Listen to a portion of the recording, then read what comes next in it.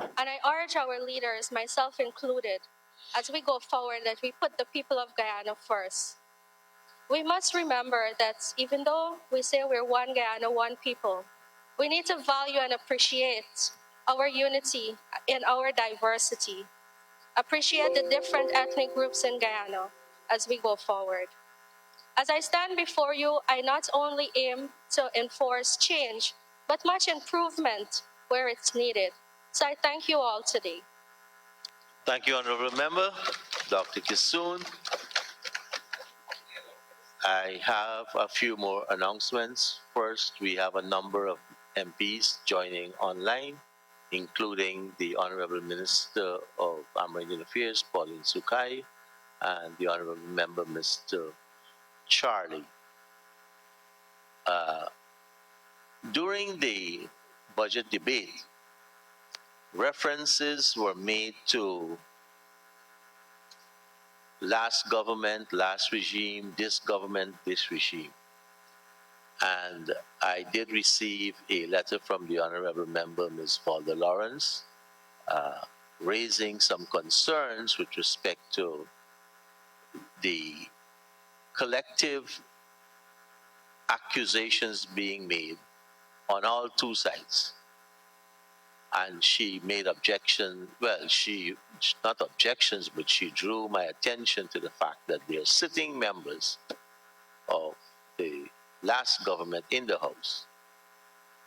I wish to say that there are sitting members from the last government in the House and the last government in the House. And I consider those references as a collective and not a particular indictment. She also raised the concern that reference was made by the Honorable Minister Indar to the previous finance minister, and that was particular.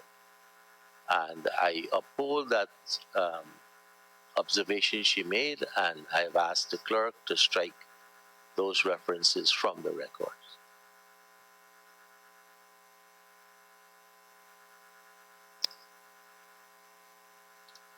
On a final note of announcements, on the 27th of April 1953, Guyana saw its first election on the universal adult suffrage.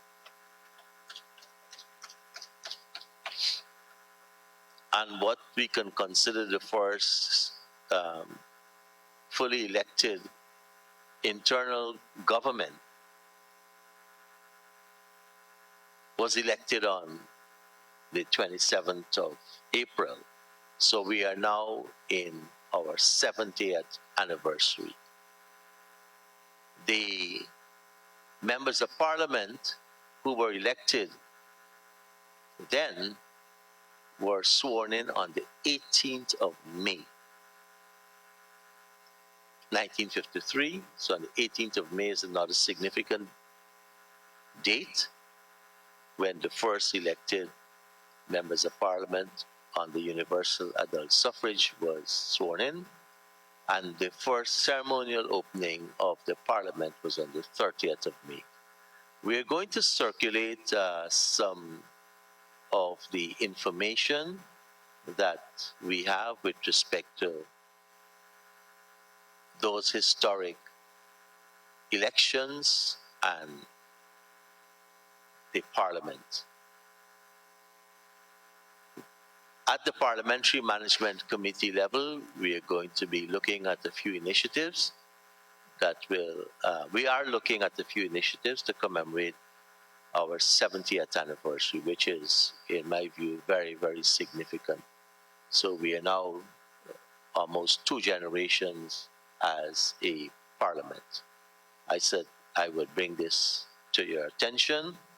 And finally, we have concluded at the Parliamentary Management Committee our recommendations for the dress code, and we will circulate that shortly, and there will be a bit more latitude so that what the Honorable Member Mr. Cox is wearing would not attract any objections from anyone. So look forward to that. Thank you very much. Mr. Clerk. Presentation of petitions, presentation of papers and reports, etc.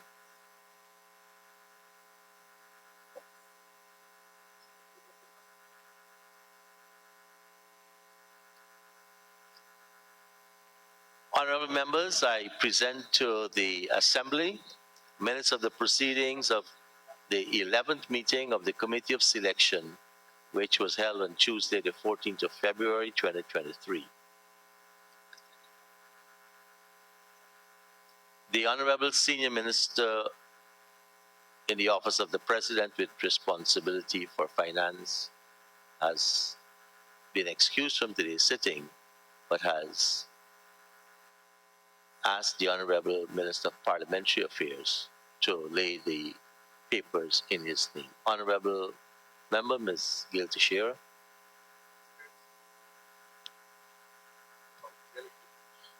Mr. Speaker, it's with pleasure I present on behalf of the Minister of Finance in the Office of the President to present the Treasury Memorandum pursuant to Resolution number 46 of 2022, dated November 30th, 2022, on the public accounts of Ghana for the year ended 31st of October 2016. I also wish to present the Government Notice number 2 of 2023 regarding notification receipts of all petroleum revenues paid into the Natural Resource Fund during the period the 1st of January 2023 to the 31st of March 2023. I also wish to present the Government Concessional Loan Agreement, GCL number 2023-1, total number 769, dated 8th March 2023, between the Government of the Cooperative Republic of Ghana and the Export-Import Bank of China for an amount of renminbi yuan 384,580,867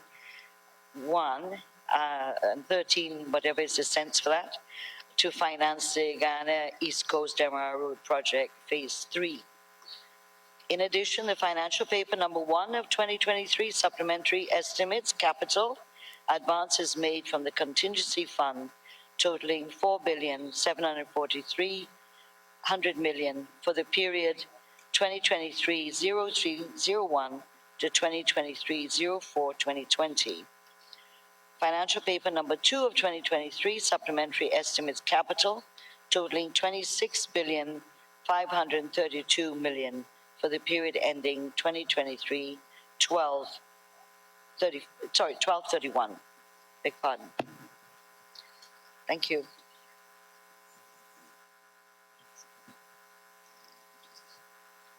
Honorable Minister, are you naming a date for the consideration of those papers? Sorry, the supplementary financial papers will be debated at the next sitting of the Parliament. Thank you. Honorable Minister of Public Works. You wish. Mr. Speaker, I present to the Assembly audited financial statements of the Chedijagan International Airport Corporation for the year ended 31st of December 2021. Thank you, Minister. Honorable Minister of Natural Resources, Mr. Vikram Bharat. Thank you, Mr. Speaker. Good morning. Mr. Speaker, I wish to present to the Assembly the Voluntary Partnership Agreement, VPA, between the Cooperative Republic of Guyana and the European Union on forest law, enforcement, governance, and trade in timber products to the European Union. Mr. Speaker, if I may, for a few minutes. This, Mr. Speaker, is another landmark agreement. As a matter of fact, we are only the second country in the world that is in a position to be fleet licensed after Indonesia, and we are the only country in the world to have signed the Voluntary Partnership Agreement as well as the Forest Partnership Agreement with the European Union, both signed in the last quarter of 2022. Mr. Speaker, the consultative process had started since 2012 after a policy decision was made that we will engage the European Union to sign such an agreement so that there is a legal traceability of our timber products, thereby enhancing our market share, especially in the European Union. So this process has been ongoing since 2012, and I am quite sure that the opposition members, those who are involved in the sector, are very familiar with the voluntary partnership agreement and Guyana being FET licensed because they were also part of those consultations. As a matter of fact, in 2018, it was initial after the negotiations would have been completed and then signed in November of 2022 at COP15. Thank you, Mr. Speaker. Thank you, Honorable Minister. The Honorable Member, Mr. German Figueroa, Chairperson of the Public Accounts Committee. Thank you, Mr. Speaker. Mr. Speaker, I present to the Assembly the Rules, Policies, and Procedures Manual Amendment, Regulations 2023, number 4 of 2023. Thank you, Honorable Member. Reports from committees. Honorable Minister of Parliamentary Affairs and Governance and Chairperson of the Parliamentary Standing Committee on Appointments. Thank you, sir. I wish, Mr. Speaker, to present to the Assembly the 8th report of the Parliamentary Standing Committee on Appointments in relation to the appointment of members to the Public Service Commission. Thank you, Honorable Minister. Honorable Member, Dr. Karen Cummings, Chairperson of the Parliamentary Sectoral Committee on Social Services. Be it resolved that the first special report of the Parliamentary Sectoral Committee on Social Services be adopted. Thank you very much, Honorable Member. Mr. Clerk. Oral questions without notice. Honorable Members, I received an email from the Honorable Member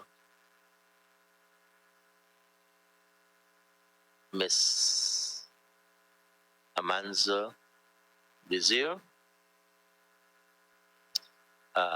Just give me 1 second. Let me get to the right.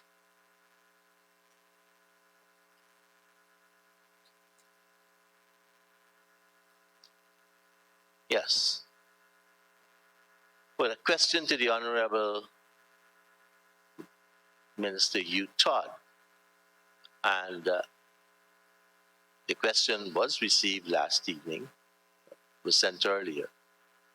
I am not going to be allowing it because, of course, because there are formats for these questions. And this is what the question said.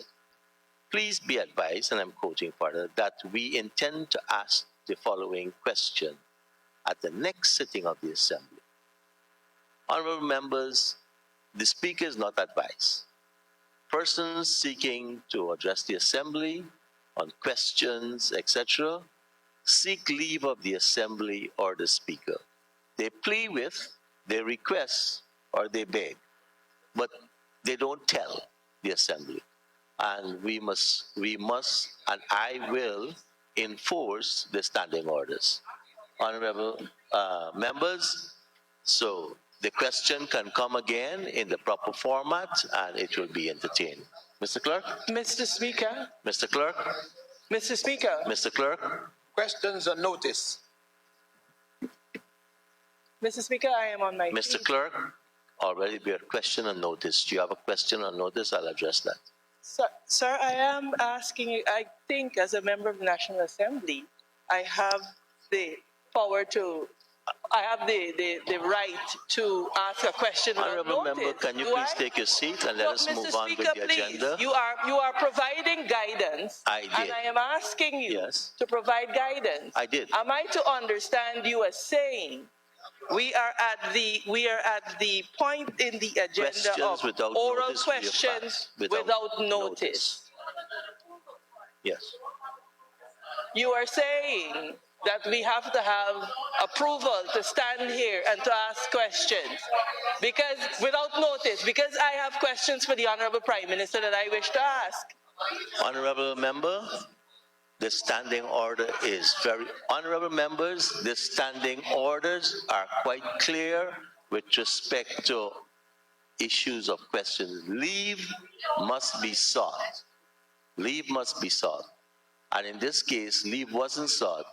The speaker was being advised that this will be done, which is contrary to the standing orders. Thank you very much. I see. Okay.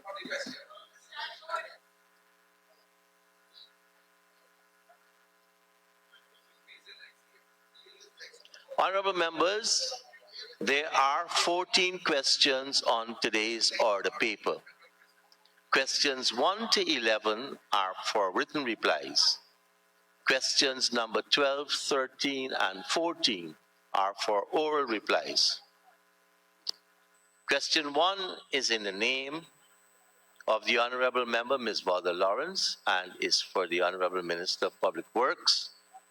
Questions number 2, 3, and 4 are in the name of the Honorable Member, Mr. Vince Roy Jordan, and are for the Honorable Minister of Housing and Water. Questions number 5, 6, 7, 8, and 9 are in the name of the Honorable Member, Ms. Anil Ferguson, and are for the Honorable Minister of Housing and Water. Question number 10 and 11 are in the name of the Honorable Member, Ms. Amanza Walton Desir, and are for the Honorable Member, Minister of Foreign Affairs and International Cooperation.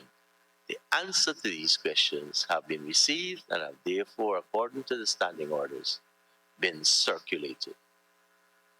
For oral replies, question number 12, the Honorable Member, Mr. Ganesh Mahipal. You may ask your question.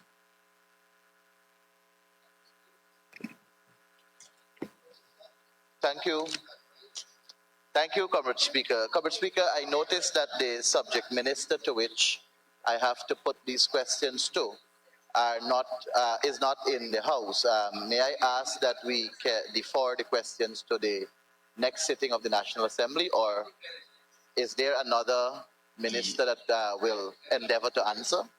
Yes, I've been advised that the Honorable Minister of Parliamentary Affairs will actually seek that deferral to the next sitting.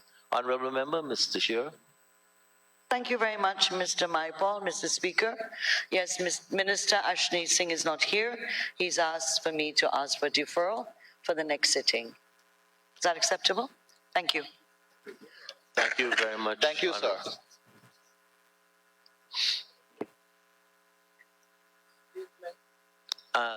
We have, yes, so all the questions for the Honorable Finance Minister Ashni Singh will be deferred. Mr. Clerk. Statements by ministers, including policy statements, personal explanations, requests for leave to move the adjournment of the National Assembly on definite matters of urgent public importance. Honorable members,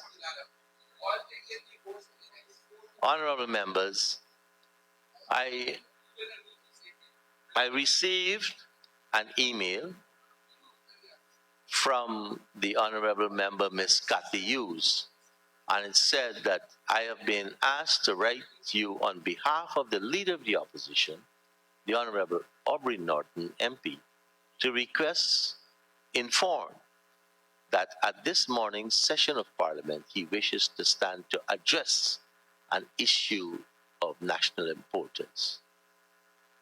We look forward to informing the House on this critical issue for your information and guidance.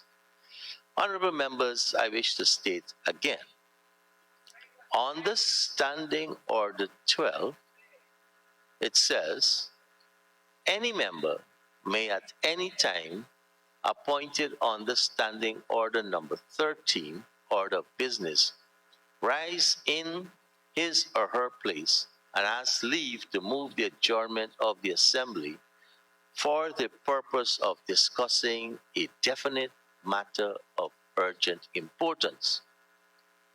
2.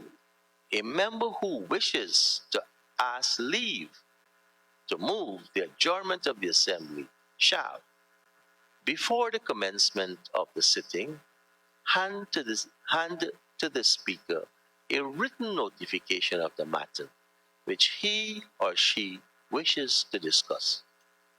The Speaker shall refuse to allow the claim unless he or she is satisfied that the matter is definite, urgent, and of public importance and may properly be raised. So there are a number of issues with respect to this notice received from the Honorable Member, Ms. Cathy Hughes. First, the member asking for leave has to write to the Speaker. And in this case, a delegatee is not allowed to. Secondly, we have a convention where these matters come to the Speaker a certain time before, and that time when we meet at 2 o'clock, that time is 11, and for other questions like one of oral questions, at least 4 hours before. The second issue here is that the matter has to be stated.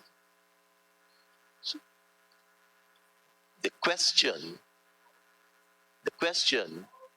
of urgent public importance has to be stated. In this case, I neither know what the issue is, nor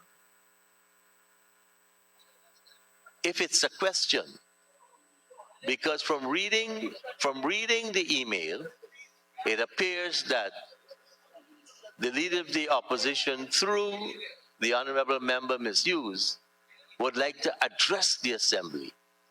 And the Chief Whip for the Opposition, we have had an understanding that if there are personal explanations which the Leader of the Opposition would want to make, we can have that particular heading used, the Speaker be informed, and we can consider the request if the Leader of the Opposition wants to address on a matter of personal importance.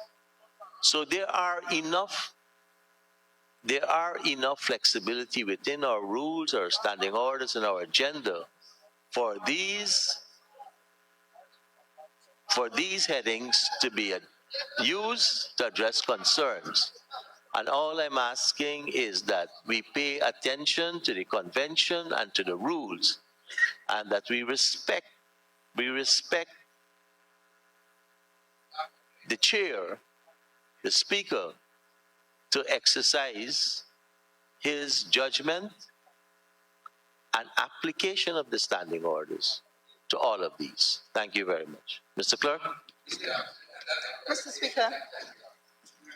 Mr. Speaker. Mr. Speaker, I just have one clarification. Thank you, Honorable Member Ms. Hughes. Thank you. I'm wondering if you could share, just for information, the email, the document, or whatever it is that explained the notice we needed to give if we're meeting at 10 o'clock in the morning. I was actually going through my records this morning and couldn't find any information in terms of what that time frame would be. We know what it is if you're meeting at 2. So I think going forward, if you could share the email or whatever parliamentary document that was explained to us. Yes. Mr. Speaker, I'm a very strong, independent woman. I just want to say that we have a rule in this house that persons that are not sitting in this house, their name should not be mentioned. And therefore, I take objection to my husband's name being mentioned in this house. I sit in this house as an independent woman and see that as verbal abuse. I think it is absolutely unfair, Mr. Speaker, that women in this house... Okay, you're making an address now, please. Please, I am addressing the issue of time frame. Honorable members, please. When we met at 2 o'clock, the time was 11 o'clock. And in the standing order says for oral question, 4 hours. So I've applied that principle 4 hours before with respect to the time. Yes, the sitting. The email, I have no problems. I have no problems with email. I accept them. I don't, right? So, and when for the official records, persons who are mentioned, names of those persons are mentioned officially, I always raise an objection and would expunge any references that may slip by. Mr. Clerk?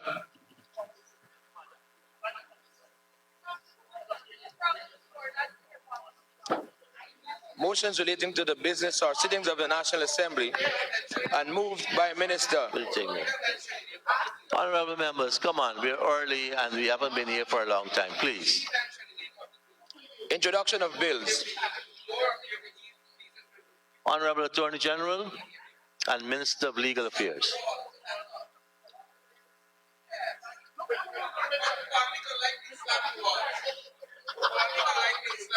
Honorable members, please.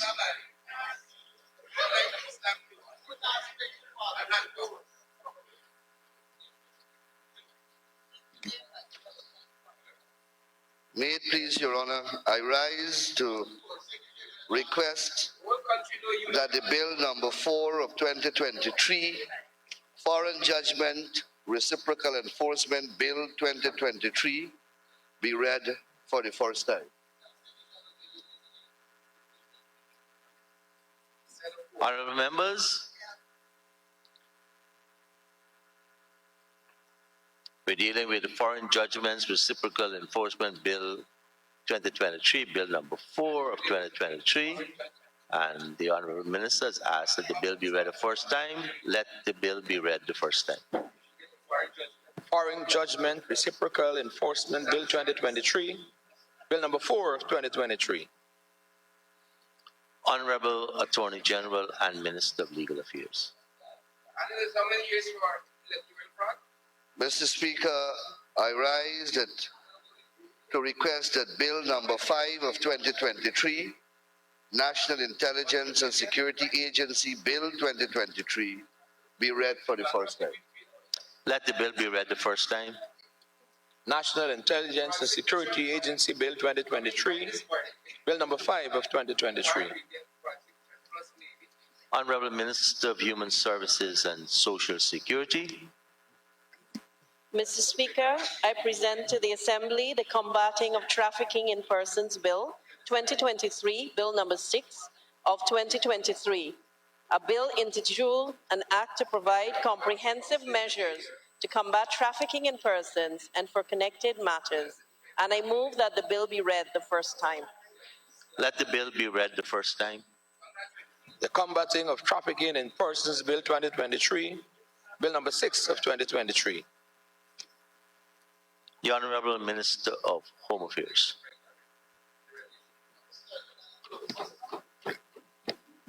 Thank you, Mr. Speaker. I present to the Assembly Motor Vehicles and Road Traffic Amendment Bill 2023, Bill number 7 of 2023.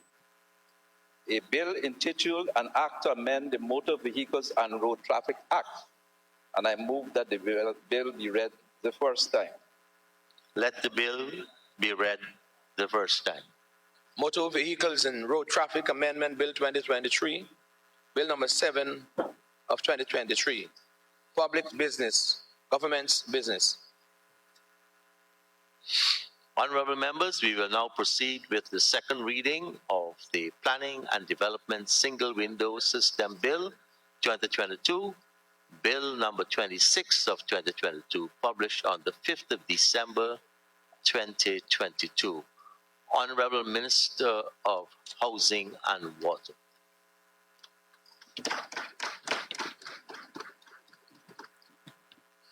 Mr. Speaker, I rise to move that the Planning and Development Single Window System Bill 2022, Bill number 26 of 2022, published on the 5th of December 2022, be now read a second time.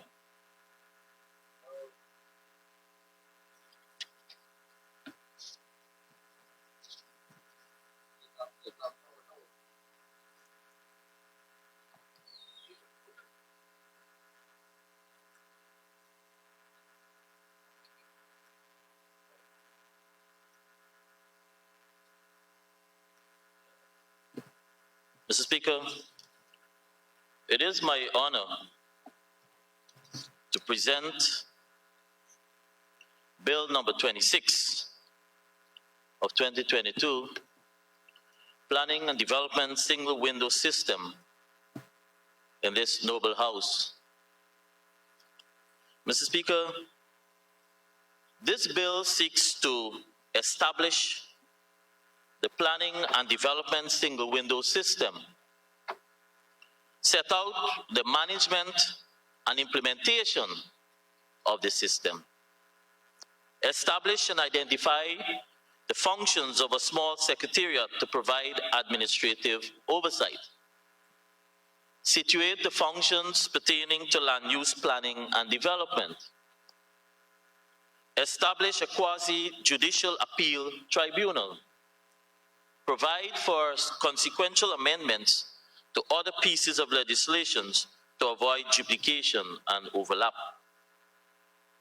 The bill, Mr. Speaker, provides for a single entry point and platform for the submission, processing, and approval of all planning and development applications.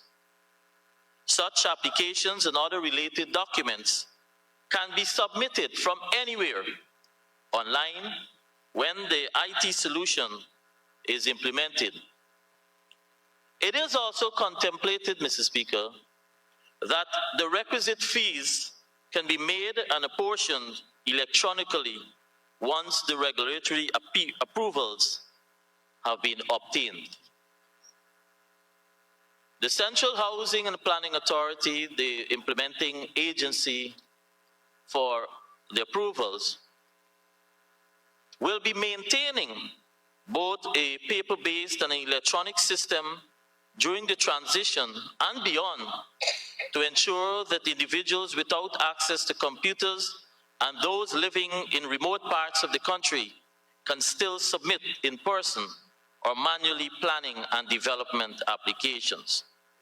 It is that for that reason, Mr. Speaker, one of the amendments proposed today, which has been circulated, is that we have amended, instead of saying electronically and paper, we're amending it to say electronically or paper.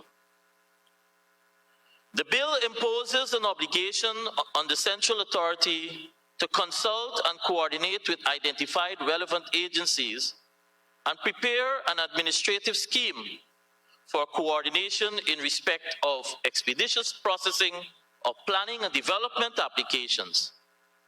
However, a number of key components of the system will be developed through regulations, and these include the administrative measures relating to the use of the system, the criteria for processing and approving, for preparing first of all and then submitting planning and development applications, and then the timeline for processing and approving planning and development applications. The terms and the conditions that users of the system must comply with, that is in respect to the forms and the fees to be applied. And also, as part of the regulations, would be the manner for making payments, as well as procedures for registration and other details necessary for users' registration. The bill sets out, Mr. Speaker, the procedures for the submission of documents pertaining to environmental protections, through the system and provides for a coordination between the Central Housing and Planning Authority and the EP, or the Environmental Protection Agency.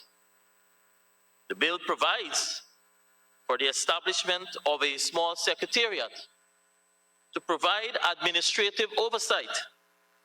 This secretariat will be headed by a director and will have responsibilities that includes overseeing and monitoring the progress in implementing the system, resolve disputes between the authority and relevant agencies in implementing the system, advising the minister on the authority's performance or its functions for the purpose of furthering the efficient and orderly operation of the system, consider and communicate to the minister or advise on the opinion of the committee any matter has been referred. This administrative oversight, Mr. Speaker, the Secretariat, will be reviewed after a year, and the decision will be made as to whether to sunset or continue that Secretariat. And so in essence, it is to ensure that we have a smooth transition. The bill sets out the procedure for an applicant to lodge an appeal against the decision of the Central Housing and Planning Authority in respect of planning and development applications. The appeals tribunal to hear such matters shall be established, and it's clearly outlined in the bill. Mr. Speaker, as we as a country aim to improve on our position on the ease of doing business and reducing or improving on the index, this intervention becomes a necessary tool. What obtains now is a tedium of disparate parts that is costly, laborious, frustrating, and with gaps that often lead to redundancies and inefficiencies, which in turn disincentivize businesses. The platform will bring predictability, Mr. Speaker, will bring less bureaucracy, will bring transparency, will reduce cost and compromise, and most importantly, it will bring structure to what may be seen as some inefficiencies in the system. This is an investment that will bring tremendous dividends to the users and will demonstrate that when we say that Guyana is open for business, our walk matches our talk. Mr. Speaker, this proposed legislation, once approved, will replace the paper existing base system, which is the electronic portal, as I said, which can be accessed from anywhere in the world. Users will be able to submit their applications and supporting documents electronically. Check, and equally, users will be able to check the status of their application from the comfort of their home or offices, as well as allow decision makers to monitor the performance of the various agencies and ministries, as this legislation includes timelines associated with each component of the process, which will hold all the approving agencies involved in this approval process, which will hold all of them accountable. So, Mr. Speaker, in making the process more efficient, by handing down decisions in a timelier way, there will be a reduction in the number of steps involved in each procedure.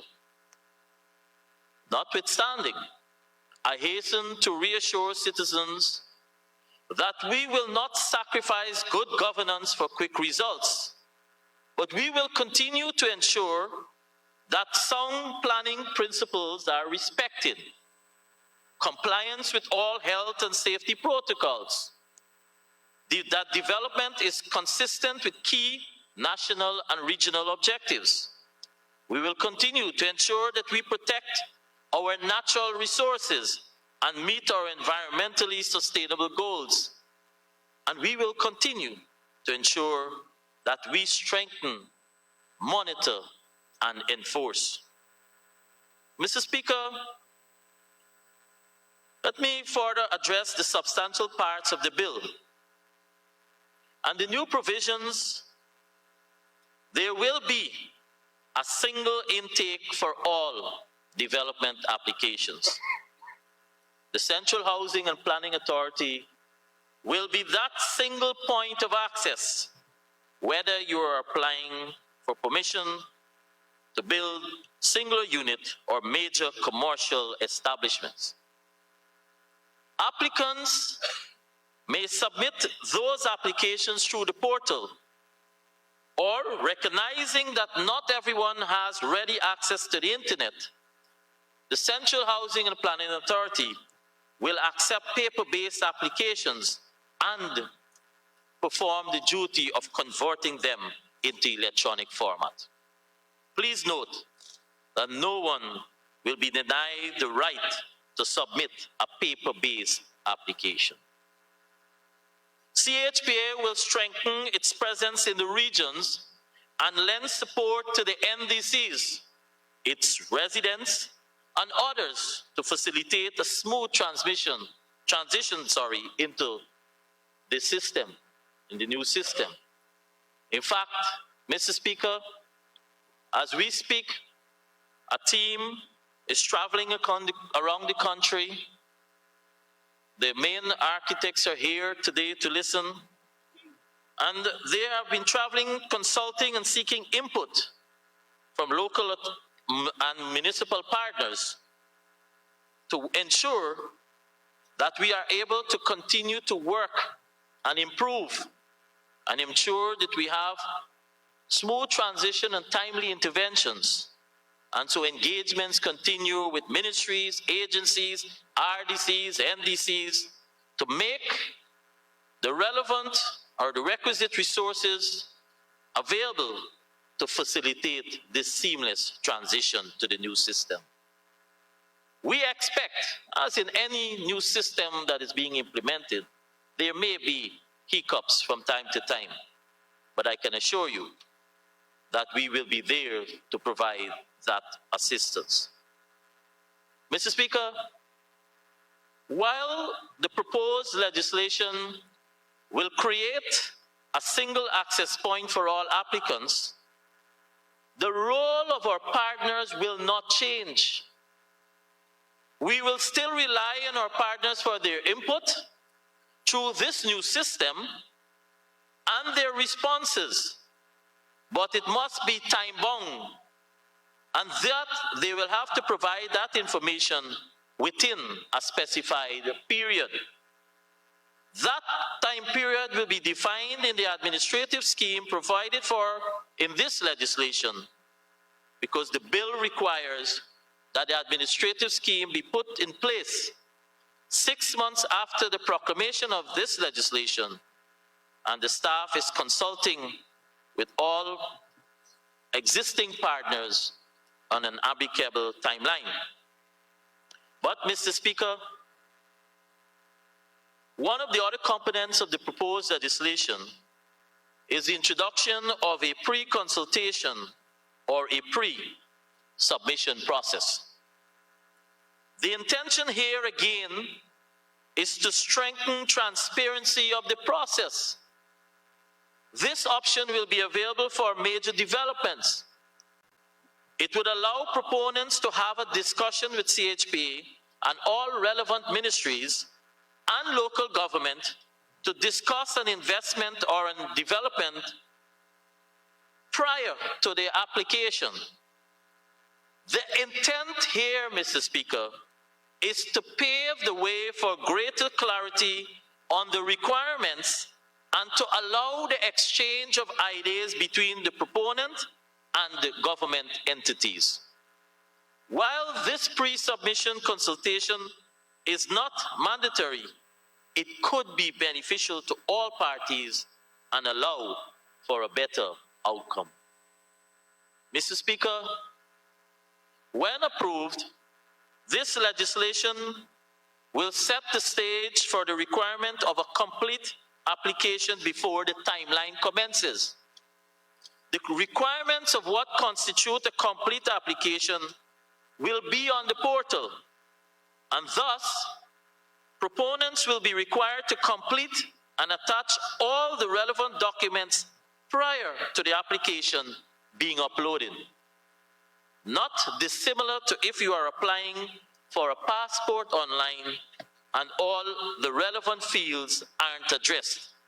The system will identify the deficiencies and will not accept the application. This, Mr. Speaker, will eliminate any frivolous application or applications that could potentially clog the system. Once the applicants are successful, or they have successfully uploaded and the fees are paid, CHPA will do a preliminary review and forward the applications to the affected ministries and agencies and local government entities for their review and input. These agencies will also be given a definitive timeline to review and provide feedback. Once comments are received, staff will then prepare the reports and recommendations to the board. Mr. Speaker, to meet the timelines, we are also looking at the option of increasing the frequency of the meetings of the Central Housing and Planning Authority Board. Rather than meeting once a month, the board may be required to have an additional meeting to facilitate timely decision-making. In this regard, the local democratic councils and local public works committee will also need to review the frequency of their meetings. Mr. Speaker, the proposed legislation includes a provision for an appeals tribunal. In this regard, an applicant who is aggrieved by a decision of the board may, within 28 days of the receipt of that appeal, or receipt of the decision first, may appeal against that decision to the Planning Appeals Tribunal by notice in writing. And that tribunal may, one, allow or dismiss the appeal, may uphold the decision of the Central Planning Authority, or reserve or vary the decision of the CHPA. Mr. Speaker, it should be noted that the Planning Appeals Tribunal shall be final unless that there is a declaration that the matter is one of national interest. In such a if such a declaration is made, the decision of the Appeals Tribunal will be reviewed, and there may be by Cabinet a confirmation of the decision, conforming the decision with conditions, or a revocation of the decision. Mr. Speaker, another important feature of this bill is the creation of the Planning Oversight Committee. The committee shall be responsible for overseeing and monitoring the CHPA progress in implementing the system, advising on the performance of its function for the purpose of furthering the efficient and orderly operation of the system. Mr. Speaker, as per the above, this will be an independent committee to ensure the efficacy of the system. Even the CHPA actions will come under scrutiny. This again demonstrates government's commitment to a robust, efficient, and transparent system. The bill provides that committees shall prepare and table before Parliament an annual report here to this House, setting out the steps that the CHP has taken to implement the system any outstanding issues hindering the implementation and the effective performance of the system, and the committee recommendations to resolve those issues. Mr. Speaker, this is a transformational process that will allow us to make the decisions faster, to strengthen transparency, enhance predictability, and modernize our planning and development approval process. CHPA will continue to work with all our partners to ensure readiness to implement the new system, and we will provide the necessary training to strengthen adaptability. Mr. Speaker, a little under 5 months ago, this bill was laid in Parliament. And almost simultaneously, the procurement process, the procurement bill was published. And at the end of December 2022, following a competitive process, contrary to statements I see emanating from the opposition, a contract was awarded to Global Services, a consortium of companies based in Guyana, the USA, and UAE. And in preparation for the launch of the portal, we had committed to consultations with all stakeholders. And we had committed to involve all stakeholders.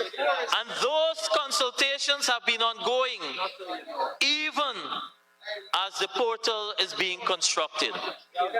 We are just 2 months away from the launch, Mr. Speaker. And I wish to note,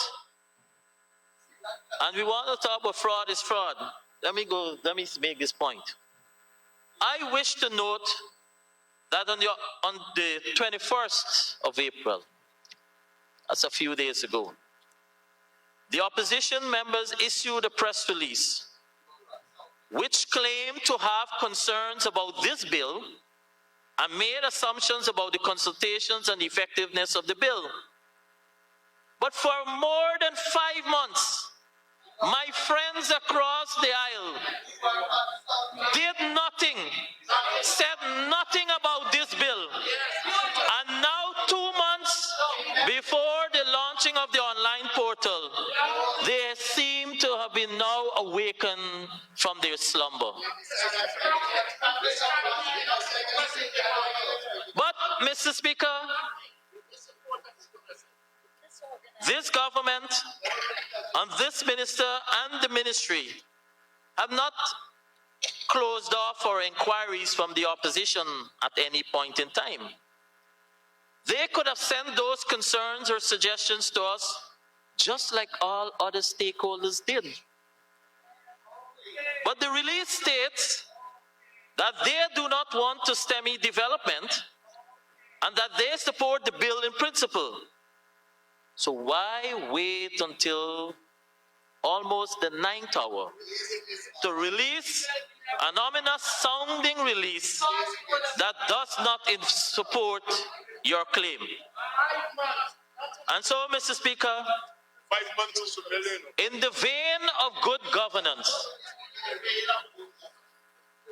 last Friday evening, knowing fully well that the bill was coming today, Monday, for the second reading and debate, we received a request for a meeting. First of all, this letter is dated 21st of April, requesting a meeting with the consultant for the single window. I am the elected official of the House, and I am the accounting officer for the region and the ministry.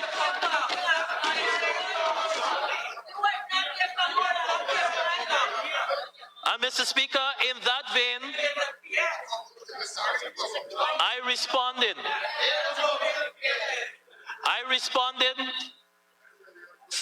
and accepted for a meeting with the members of the opposition. And the opposition then sent back a letter requesting a short notice, but for a meeting on Saturday afternoon.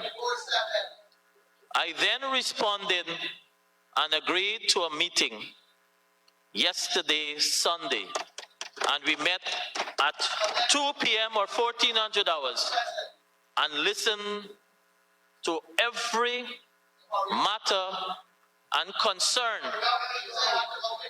that were raised by 7 members of the opposition. At one time I thought it was the pre-parliament.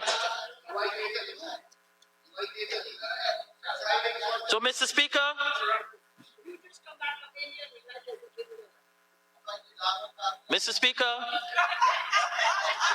the consultations, and so that is an update of all the documentations and letters that you see.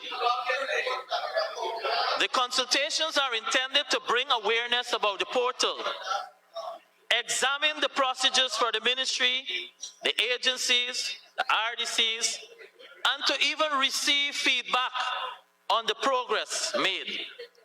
I am pleased to report to this House that these consultations have been robust, fruitful, and will greatly contribute to the success of this project. Mr. Speaker, complaints from investors and private homeowners in Guyana are frequent about the complexity, the time lost, and the lack of seeming transparency in the existing multi-agencies process to obtain a construction permit. During the consultations, we realized that the entire process for a single building permit, for example, for warehousing, can see as much as 30 activities taking place, implemented by 6 government agencies, and that every permit requires at least 11 trips by the applicant to government offices. The risk of arbitrary decisions and corruption arising from undue discretion is high. And at least 6 of the steps, increasing the uncertainty and the risk of abuse for applicants, there may be also matters of hidden damage to economic activity, which can be substantial. Therefore, Mr. Speaker, having outlined all of the above, reforms are necessary, hence the presentation of this bill. These consultations have revealed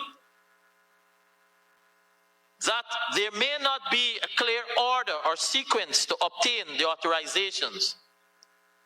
So apart from the length of time needed when one is applying now, or the lack of clarity that is created from frustration or increased cost to do businesses, we are seeking a construction permit that you will need the following. For example, if cadastral survey plan, you'll have, for example, you have the cadastral survey plan, outline planning permit, building permit, planning permit, environmental authorization, fire safety planning, building plan approval, sewage connection authorization, authorization from other agencies, will and can see engagement by agencies such as Guyana Land Survey Commission, the local authorities, that is the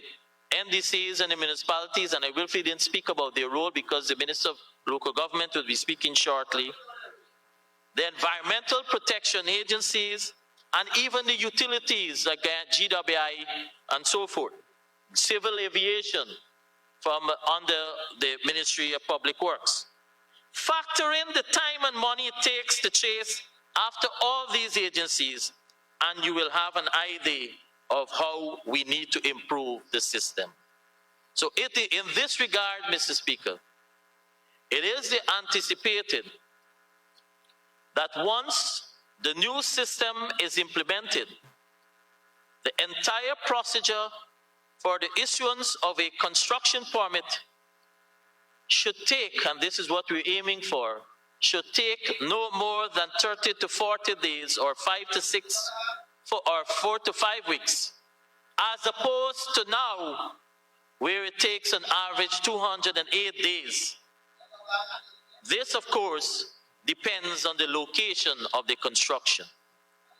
Additionally, Mr. Speaker, there will be increased transparency of the process and regulatory oversight.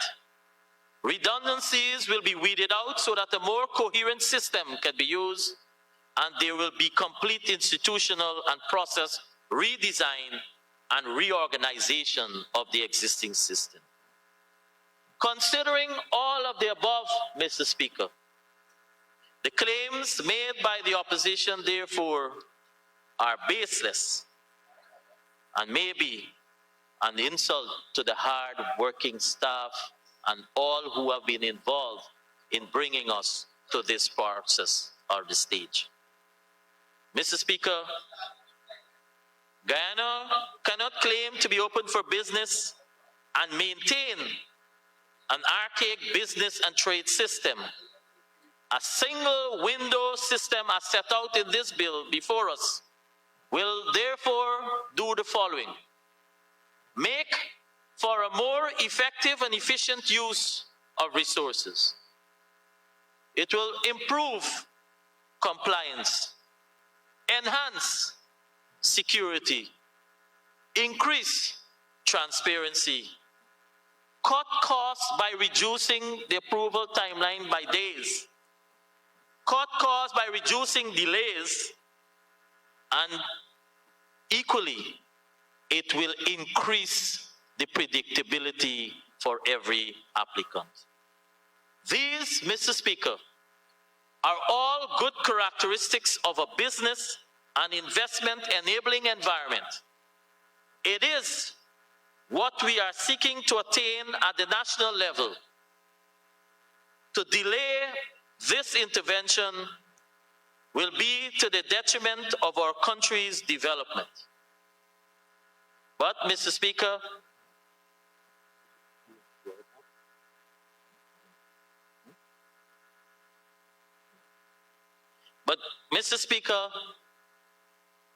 last evening we received a list of proposed amendments, and recognizing to the list there, it is not dissimilar to what the members of the opposition brought out or proposed yesterday in their engagement. Therefore, Mr. Speaker, taking all of that into consideration, we do intend, following the debate, we do intend, and with the amendment that is proposed on our side too, there are 2 amendments have been proposed. We do intend to send for a brief period to the select committee. Thank you very much.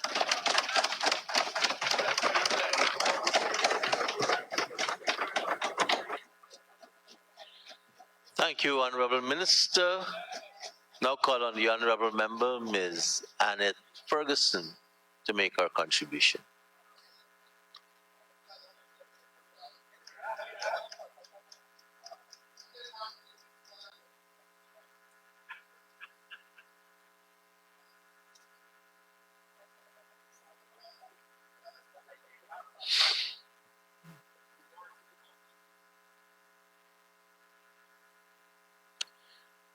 Before the Honorable Member takes the podium, I just want to remind MPs, if you have your staff having to give you stuff, the sanctity of the members of parliament has to be maintained. Give it to a member of the staff to hand in. I don't want and would not tolerate people coming and handing papers to ministers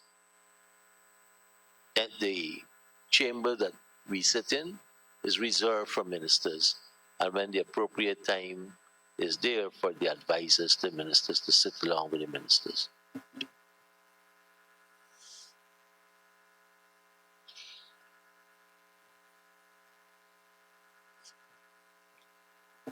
At 11:35, you may proceed, Honorable Member. Thank you very much, Mr. Speaker. I rise from this side of the Assembly to give my brief contribution to the bill number 26 of 2022, Planning and Development, Single Window Systems. But Mr. Speaker, before I proceed further, allow me to applaud the Honorable Member, Colin Crowell, for his consideration and acceptance of an invitation by the opposition to attend a meeting where we were able to highlight our concerns and share with him our intended proposals. And I believe, Mr. Speaker, that such approach, if we were to take it going forward, this assembly would be the most improved assembly, the 12th national, the parliament of the Cooperative Republic of Guyana.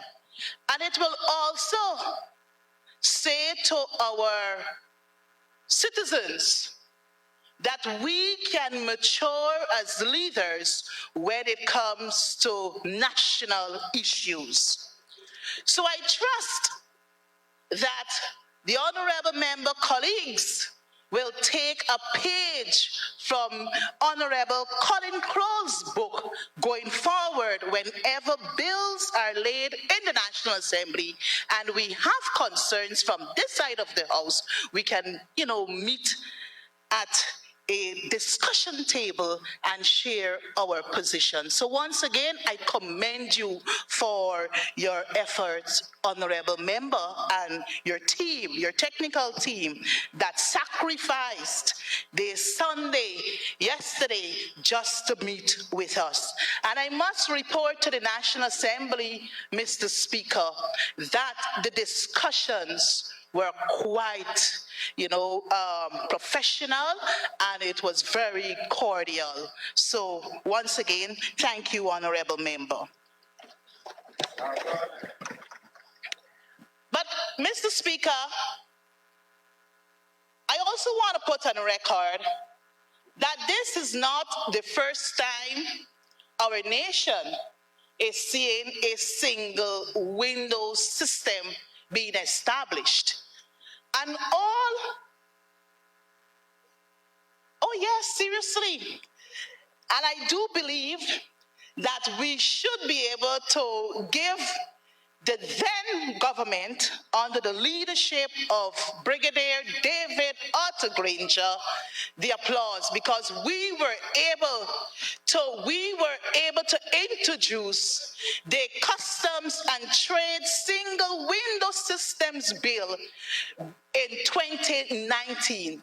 And this bill came into effect after countrywide consultations between 2017 and 2018, where we were able to do widespread consultations and take, recommendations and suggestions into consideration. Mr. Speaker, I do believe when I went through the bill, it is a very good bill. And in principle, the opposition do intend to support the bill. But we do have some concerns, and I think those concerns were shared yesterday. We do have amendments, proposed amendments, and I'm also happy to hear that the honorable member, after much consideration, that this bill will now be sent to a special select committee where the opposition and all other members, perhaps from civil society, can also have their input. And I must applaud the honorable member Colin Crowell for this approach.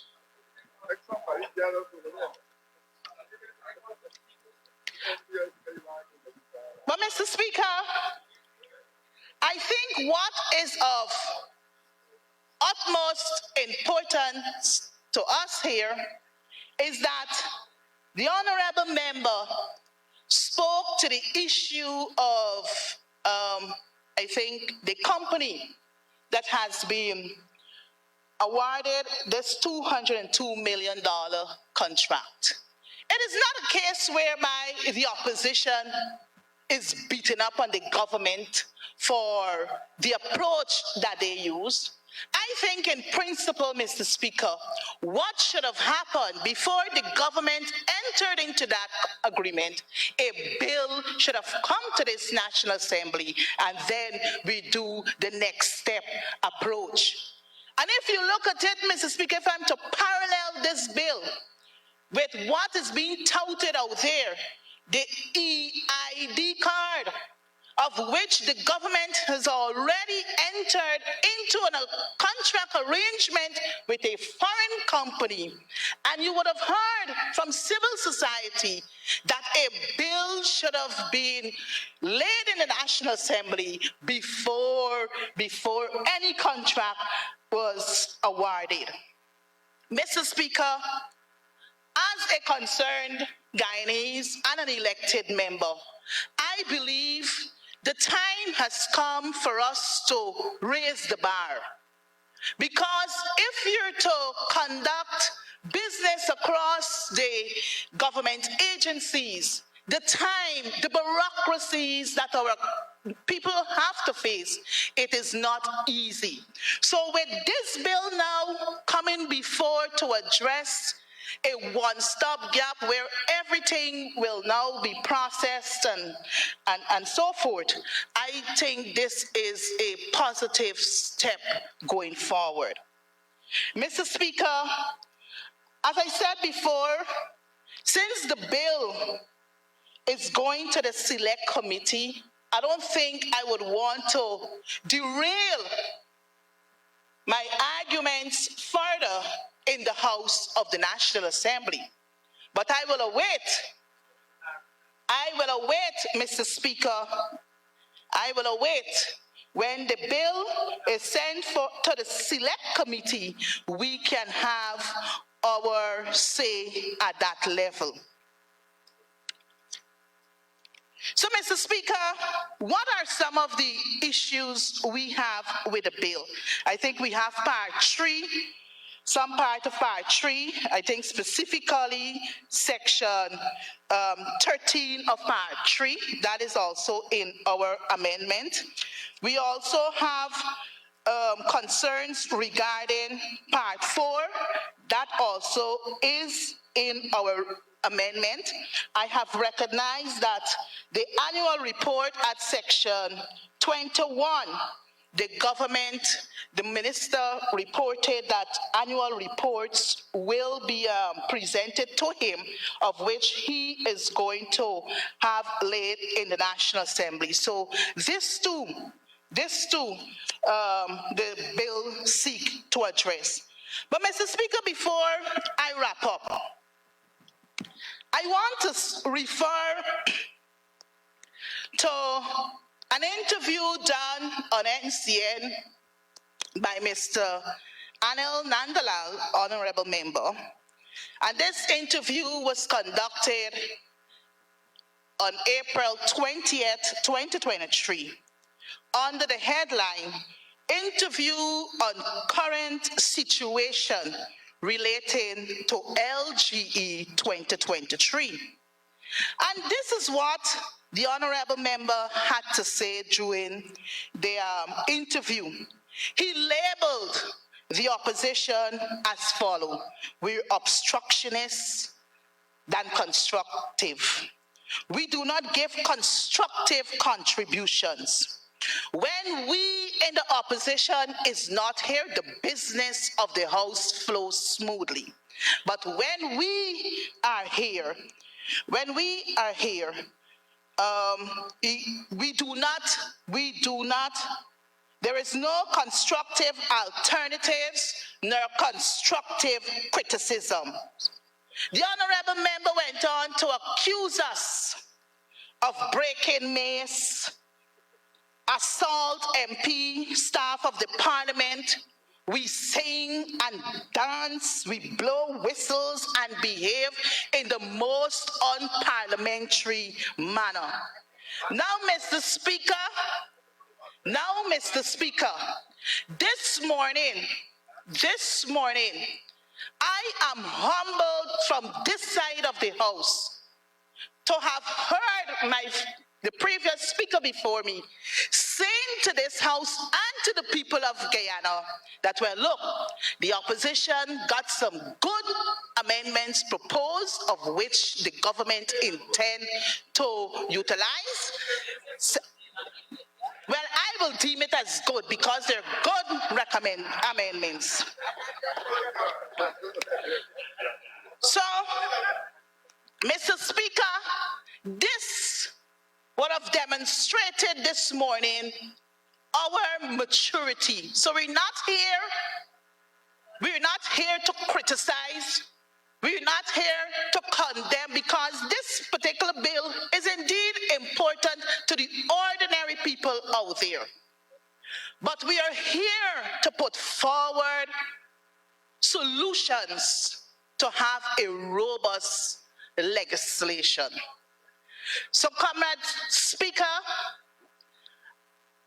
I want to also remind the House that I have prepared a motion under Standing Order 58 asking for this particular bill to go before a special select committee. And again, for emphasis sake, I want to say how happy I am that the government has decided to have the bill be sent to a special select committee for further elucidation and clarification. So with those few words, Mr. Speaker, I want to say from our side of the House, thank you, and we look forward to the robust engagements in the Special Select Committee so that we can bring back to this House a well-crafted bill introducing the Planning and Development Single Window Systems Bill, because we do not want a situation to repeat itself, Comrade Speaker, regarding the Local Content Bill, regarding the Condominium Act, that we asked then for the government to have those bills be sent to a special select committee. We have been hearing that it is the government's intention to return the Local Content Bill to the National Assembly. So if you had listened to the wisdom, we would not have been hearing the Local Content Bill will return to the National Assembly. Once again, Comrade Speaker, thank you very much, and I look forward for further engagement in the Special Select Committee. May God continue to bless us, and may God continue to bless our beautiful nation, Guyana, despite the fraudulent signatures leading up to the... Honorable member, you want to withdraw that? Or have it struck? Thank you very much, honorable member. Ms. Minister Suzanne Rodriguez. And that was a good pound.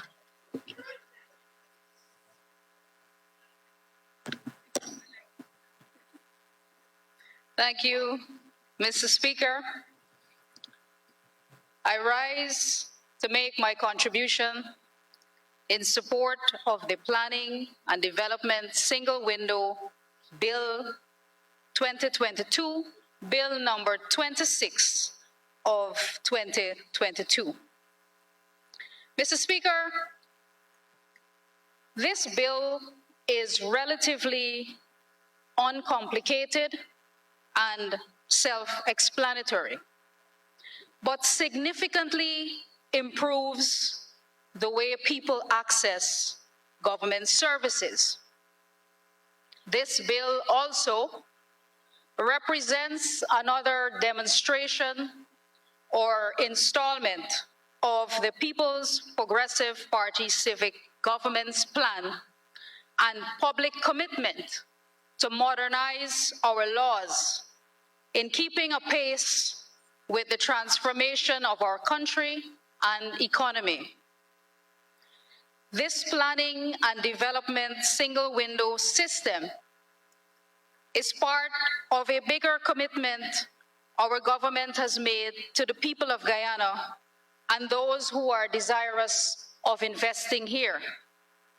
We committed to ensuring we introduce e-governance platforms to promote expediency, transparency, and accountability, to employ the use of technology and innovation in delivering goods and services, and modernizing our legal and legislative framework. Guyana has historically had only a modest level of development to manage. However, in recent years, the discovery of significant oil reserves has generated substantial interest in new development. Increase in public spending, introduction of government programs which has stimulated and rejuvenated the economy, and growth in private investments prompted the need to revolutionize the planning and development permitting system. Interest in new development has included investments at all levels, from residential to industrial. Naturally, this has included development related to the petroleum industry, the construction sector, services industries, and even the hospitality industry, with new interests expressed by several hotel chains. Traditionally, the national and local government bodies in Guyana have, with some difficulty, managed the volume of development applications using simple paper-based workflows, with only minimal use of technology to record applications in a database. With the expected increase in development application volume, the government has recognized the need to introduce a far more automated process that streamlines workflow, both within the Central Housing and Planning Authority, CHPA, and with stakeholder agencies that are part of the overall approval process. As a matter of fact, the increase in planning and construction permit is already a reality, with an unprecedented 2,530 applications processed by the CHPA between the period October 2020 to April 2023. 2,328 of those applications were approved in full or in part, and 42 are related to the oil and gas sector. At this point, where Guyana is poised for economic takeoff, the enabling legislative framework is essential to effect and govern how we streamline procedures and how we work collectively as a government to improve service delivery to our citizens. And this bill is proposing to do exactly that. The objectives include reducing processing times, enhanced predictability, and improved customer service. There must be clear timelines, as will be set out by subsequent regulations, and enhancement of accountability and transparency. But, Mr. Speaker, how did we get here? And it is important for our citizens and for the members of the opposition to know what was involved in this journey. So within days of taking office in 2020, we met with His Excellency President Ali and received direction that we must make preparation for the introduction of an electronic single window system and the accompanying legislation to govern its management and implementation. We hired consultants and professionals with the requisite expertise and experience in implementing similar electronic approval systems in other jurisdictions.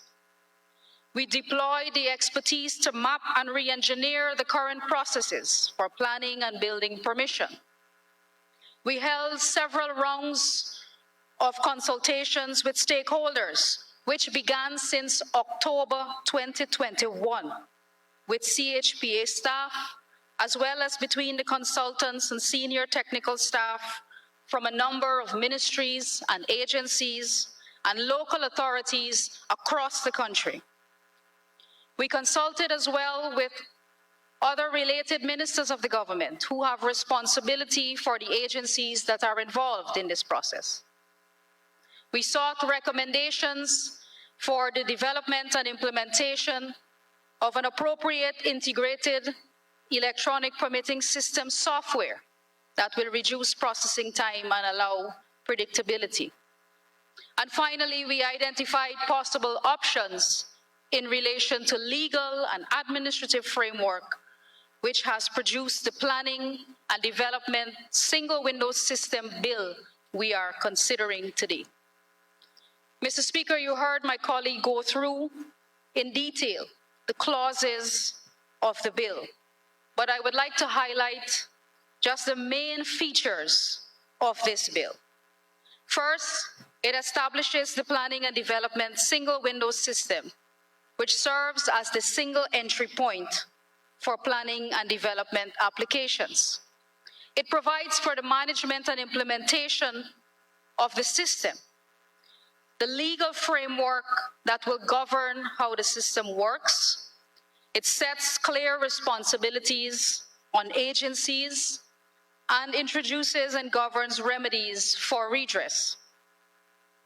It centralizes functions pertaining to land use planning and development by conferring the responsibility on the CHPA to be the single point of submission and receipt to effectively manage and implement the system and to facilitate the onward transmission of planning and development applications to any other person or agency for processing or review where applicable. It establishes a unit housed within the CHPA to manage the day-to-day function of the system, maintain an electronic database, and to assist users, among other duties. It establishes the Planning Oversight Committee, which shall be responsible for overseeing and monitoring the CHPA's progress in implementing the system and to ensure policy adherence. And this is notable, Mr. Speaker, because while the Central Housing and Planning Authority is responsible for the receipt and onward transmission of an application, it does not have oversight of itself. So we have established by law the Planning Oversight Committee, which will monitor the progress of all of the agencies, including the performance of the CHPA. It establishes a planning appeals tribunal for the purposes of hearing appeals against decisions of the CHPA in respect of planning and development applications. The applicant who is aggrieved by a decision may, within 28 days of receipt of the decision, appeal against that decision by notice in writing. The appellant is afforded the opportunity to present his or her case, and the decision of the Planning Appeals Tribunal to dismiss, uphold, or vary the decision of the Central Authority is final, unless the minister declares the matter to be one of public interest. And even this is not arbitrary, because Clause 22, Subclause 6, provides for the Cabinet to ultimately review and decide on a particular application that is declared a matter of national interest. Those main features, Mr. Speaker, are perhaps the most outstanding of the bill. However, the bill has incorporated important characteristics and principles which must be highlighted. For example, this bill ensures strict adherence to the principles of transparency, accountability, certainty, and predictability to the approval process. Notably, it reduces the powers and influence of political figures in the approval process. Mr. Speaker, this is not the first time our government is attempting such a courageous piece of legislation. And may I remind this House that it is the People's Progressive Party civic government that passed the Condominium Act of 2022, which significantly reduced the powers of the minister with responsibility for housing, and placing upon him a responsibility to respond to an application and to make a decision on an application for a condominium within a certain time frame. And should he not issue his decision within that time frame, his approval is deemed to be granted. That, Mr. Speaker, has never been done before and shows conclusively this government's commitment to transparency, accountability, and ease of access to government services. We have demonstrated our willingness to let the system work. The PPPC administration, led by President Ali, is committed to ensuring transparency, accountability, and good governance in all sectors of government. There will be prescribed timeframes set out in the regulations for each agency to respond and provide feedback, to raise objection, or to issue a no objection. These are characteristics associated with a modern, transparent economy, and we are facilitating the transformation of our economy by updating and enacting legislation to govern a country in transition. Another outstanding feature, Mr. Speaker, is the ease of doing business with which this piece of legislation allows. We are fortunate enough to be living in a country that has become one of the fastest growing economies of the world. We can no longer rely on a paper-based system alone. We have to welcome changes which make our work easier and gives greater convenience to our citizens. We have to adopt new innovative ways of doing things. We have to embrace innovation and technology and the legislative changes those technologies need to work. The single window planning and development approval system is another initiative to cut red tape, to eliminate barriers to doing business, and contribute to an enhanced business climate. This system will allow developers and builders to know exactly how long they have to wait for a decision and can factor these considerations as they make plans to finance and execute their development projects. And Mr. Speaker, this brings me to another important feature or characteristic of this bill. And that is that it removes any form of bias and demonstrates our commitment to fairness. And anyone who lives in Guyana or even outside of Guyana would know that a common criticism of our government from the opposition benches is that this government is a discriminatory one. But, Mr. Speaker, once again, we are demonstrating our commitment to removing political influences and removing any form of bias in allowing a professional system to work and allowing free access to all the citizens of our country. The use of technology and time frames prescribed by law removes completely any form of subjectivity and even reduces the opportunity for corruption. A government willing to legislate in this manner cannot be criticized as being racist or discriminatory. And Mr. Speaker, I must turn my attention now to the proposed amendments that have been offered by the opposition, albeit at the 11th hour. Mr. Speaker, you heard that this bill, and we are fully aware that this bill was laid in Parliament last year, some 5 months ago. But it was only days ago that we were contacted for consultation with the opposition. Mr. Speaker, the proposed amendments, I must say, we are not aware of the process by which these amendments have appeared. Which consultative process did these amendments emanate from? We have been consulting with agencies and with the public at large, but the members of the opposition have, mere hours ago, offered proposed amendments to a bill that is now being debated. And Mr. Speaker, I struggle to make sense of the amendments that are proposed. And if I may give just a few examples. So the unit, that is the unit that will be within the CHPA that has administrative functions to manage the day-to-day functioning of this system.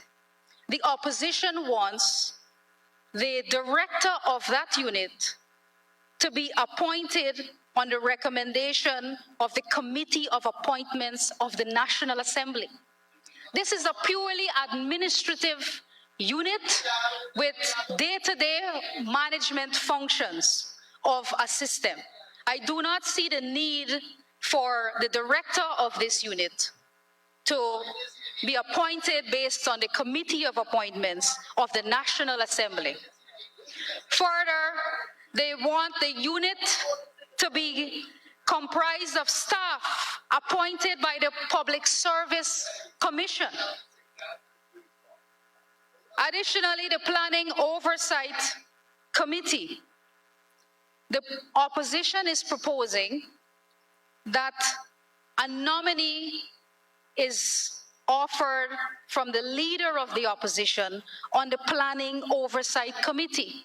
Mr. Speaker, I struggle to fathom how it is that, or why we would want politicians, we would want the leader of the opposition to be involved in this process. It is cumbersome and it is unhelpful to the functioning of this system. They also want the decisions of the appeals, the Planning Appeals Tribunal, to be subjected to appeal to the Caribbean Court of Justice. Now, Mr. Speaker, we do not have to legislate access to the Caribbean Court of Justice. Every citizen has a right of recourse to the courts. So they have the right to go there anyhow. We do not understand the use of this recommendation. All we can conclude is that this is an attempt to politicize the process, but more importantly, they want to frustrate the process. And Mr. Speaker, that defeats the whole purpose of this planning and development single window system bill. But Mr. Speaker, let me tell you why they are proposing these amendments.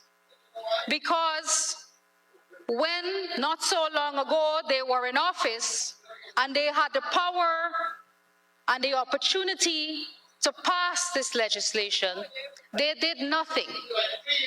And Mr. Speaker, if I may reference one of the most unfulfilled documents ever drafted in the history of our country, the APNU AFC 2015 manifesto, I refer to page 36 under the heading Digital Nation. And Mr. Speaker, they promised the citizens of this country in 2015 that they anticipate that all of Guyana is prepared for a world transformed by technology. And they said that they would employ ICT in government services for efficiency and effectiveness. And then they promised this digital nation, which is a concept that they proposed. And they said that it is a comprehensive 3-year master plan, carefully crafted by globally respected experts in their respective fields to help prepare Guyana for that exciting transformation. Mr. Speaker, I beg to know where is the digital nation that the APNU AFC coalition introduced to this country.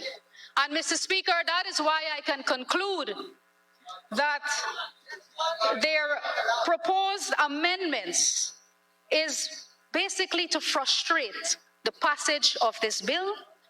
And if we were to incorporate these amendments as they are proposed here, it will frustrate that process and defeat the entire purpose of this legislation. Mr. Speaker, in concluding, I would like to acknowledge and thank all those who played a critical role in the development of the portal as well as the bill. And many of them are here with us today as well. I would first like to thank our Attorney General and Minister of Legal Affairs, Mr. Anil Nandlall and his chambers. I would like to thank the consultant, Mr. Farid Amin, who is also here with us, our legal drafter, Mr. Ramdani, and the members of his team, the Chief Planning and Development Officer of CHPA, Ms. Jermaine Stewart, who is also here, our Deputy Planning and Development Officer, Ms. Fayola Azor, and all of the staff of the planning department, the Corporate Legal Secretary of CHPA, Ms. Hanifa Jordan, who is here in person as well, the CEO of CHPA, Mr. Sherwin Greaves, the Secretary to the Board, Mr. Rajesh Ramgulam, all the research assistants, and last but not least, I would like to thank all of the stakeholders in all of the other agencies, without whose cooperation this would not have been possible.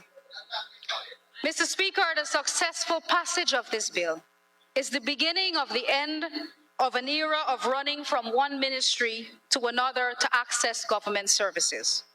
Something I believe the business community and Guyanese at large have been waiting and calling for. And therefore, without hesitation, I commend this bill for passage in this honorable House. Thank you. Thank you very much, Honorable Minister Suzanne Rodriguez. Honorable members, I think this is a good time to take the suspension for lunch. Thank you very much.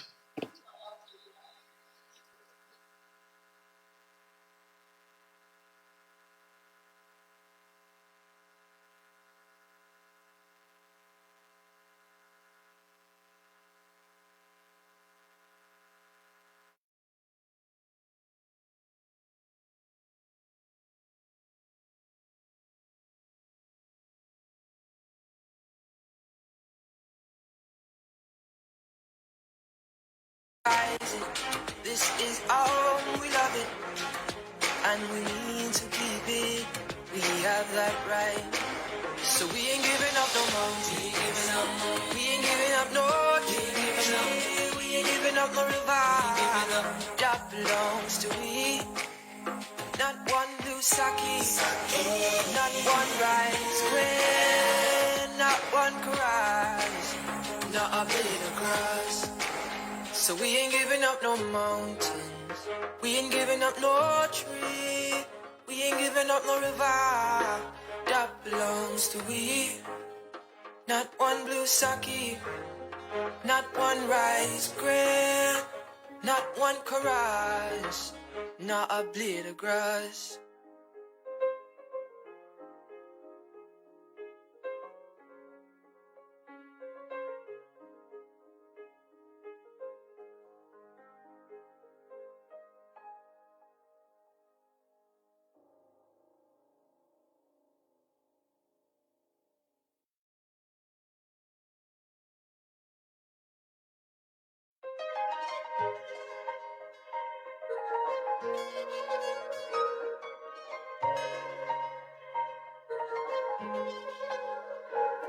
We are a peaceful people.